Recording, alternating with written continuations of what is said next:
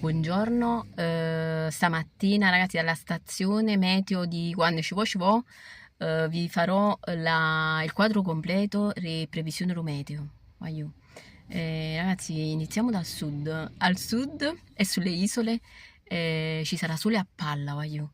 A palla proprio circolare. In aumento le temperature e voglio in aumento pure la sudorazione. E in aumento pure il bulletto, perché la gente si lavano più assai e consumano più acqua e più corrente. E voglio in aumento pure il traffico, perché quando ci stanno queste giornate così, voglio la gente escono più assai. Ragazzi, invece al centro ci sarà qualche annuvolamento, però voglio non vi preoccupate, niente di che, perché poi il sole ogni tanto si affaccia. E invece ragazzi al nord sole, ma quale sole? Voglio capito? Solo pioggia! Non è colpa mia, eh. Io sto guardando i satelliti in questo momento, voi non mi vedete, ma io da qui sto prendendo un satellite.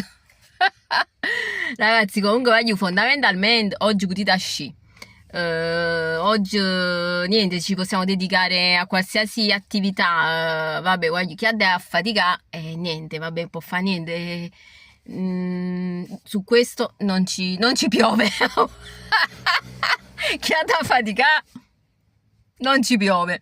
Chi voglio mare non ci piove.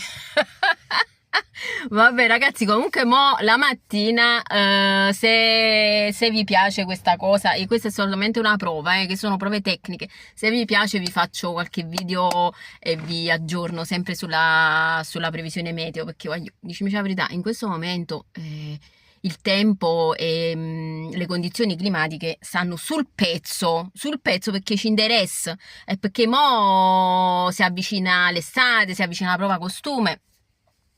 E ci interessa perché dobbiamo comunque metterci in forma, a cominciare a sciare, a correre, a camminare. Vabbè, io comunque prossimamente sicuramente mi farò una facciatina a mare con Sonia. Sonia! Che sia la terza chiamata. Vabbè ragazzi, adesso vi saluto. Intanto stamattina la prima attività che voglio fare è la colazione, quella è sacra, voglio la colazione non si tocca, ma cappiano un bello caffè a stritto come piace a me.